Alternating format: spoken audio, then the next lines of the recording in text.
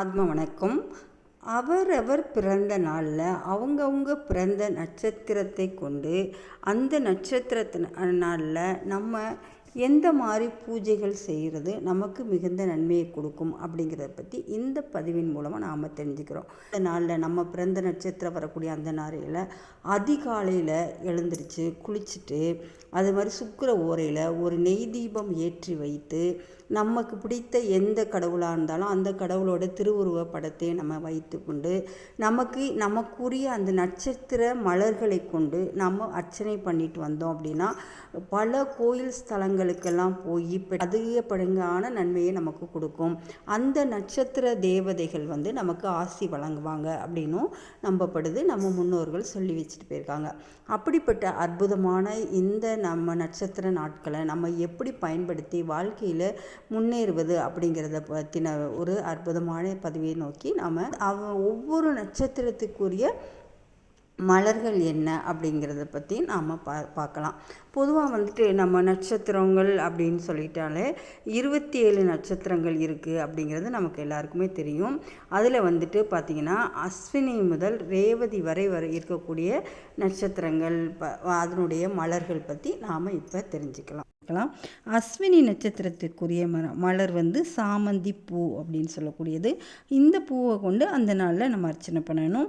அதே மாதிரி பார்த்திங்கன்னா பரணிக்கு முல்லைப்பூ, அது கார்த்திகை நட்சத்திரத்துக்கு செவ்வரளி, ரோகிணி நட்சத்திரத்திற்கான மலர் பாரிஜாதம், மிருகசீரிச நட்சத்திரத்திற்கான மலர் ஜாதி மல்லி, அது மாதிரி திருவாதிரை நட்சத்திரத்திற்கான மலர் வில்வப்பூ, புனர்பூச நட்சத்திரத்திற்கான மலர் மறிக்கொழுந்து, பூசம் நட்சத்திரத்திற்கான பூ பன்னீர் ரோஜா, அதே மாதிரி ஆயில்ய நட்சத்திரத்திற்கு செவ்வரளி, மகம் நட்சத்திரத்திற்கான பூ மல்லிகைப்பூ, பூரம் நட்சத்திரத்திற்கு தாமரைப்பூ, உத்திர நட்சத்திரத்திற்கு கதம்பம், அஸ்தம் நட்சத்திரத்திற்கு தாமரைப்பூ, அதே மாதிரி பார்த்திங்கன்னா சித்திரை நட்சத்திரத்திற்கு மந்தாரைப்பூ, சுவாதி நட்சத்திரம் பொன்னரளி, விசாகம் குருவாச்சி, அனுசம் சிவப்பு முல்லை, கேட்டை பன்னீர் ரோஜா, அதே மாதிரி மூல நட்சத்திரத்துக்கு வெள்ளை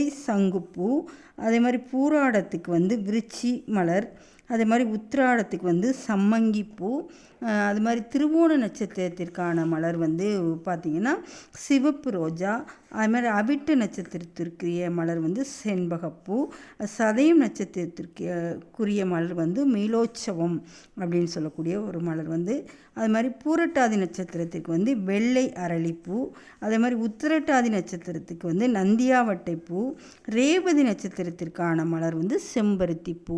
இந்த மலர்களை கொண்டு நம்ம அர்ச்சனை பண்ணி முடித்தோடனே தூப தீபம் காமிச்சு அது மாதிரி சர்க்கரை பொங்கல், பால் பாயாசம் நெய்வேத்தியம் பண்ணி நம்ம சாமிக்கு நெய்வேத்தியம் பண்ணிவிட்டு நம்ம ஒவ்வொரு நட்சத்திர நாட்கள்லையுமே ஒவ்வொரு மாதம் வரக்கூடிய அந்தந்த நட்சத்திர நாட்களில் நம்ம இதை தொடர்ந்து நம்ம வழிபாடு பண்ணிக்கிட்டே வந்தோம் அப்படின்னா அற்புதமான நன்மைகளை நம்ம பெற முடியும்.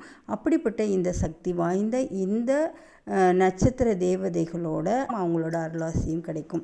இப்படி நம்ம தொடர்ந்து பண்ணிட்டு வர நம்ம கர்ம வினை பதிவுகள் நீங்கி நற்பயன்களை அடைய முடியும் அப்படின்னு சொல்லிட்டு நம்ம முன்னோர்கள் சொல்லியிருக்காங்க. அப்படிப்பட்ட அற்புதமான இந்த பூஜையை முறையாக பண்ணி நம்ம பயன்பெறுவோம். நன்றி. இன்புற்று வாழ்க.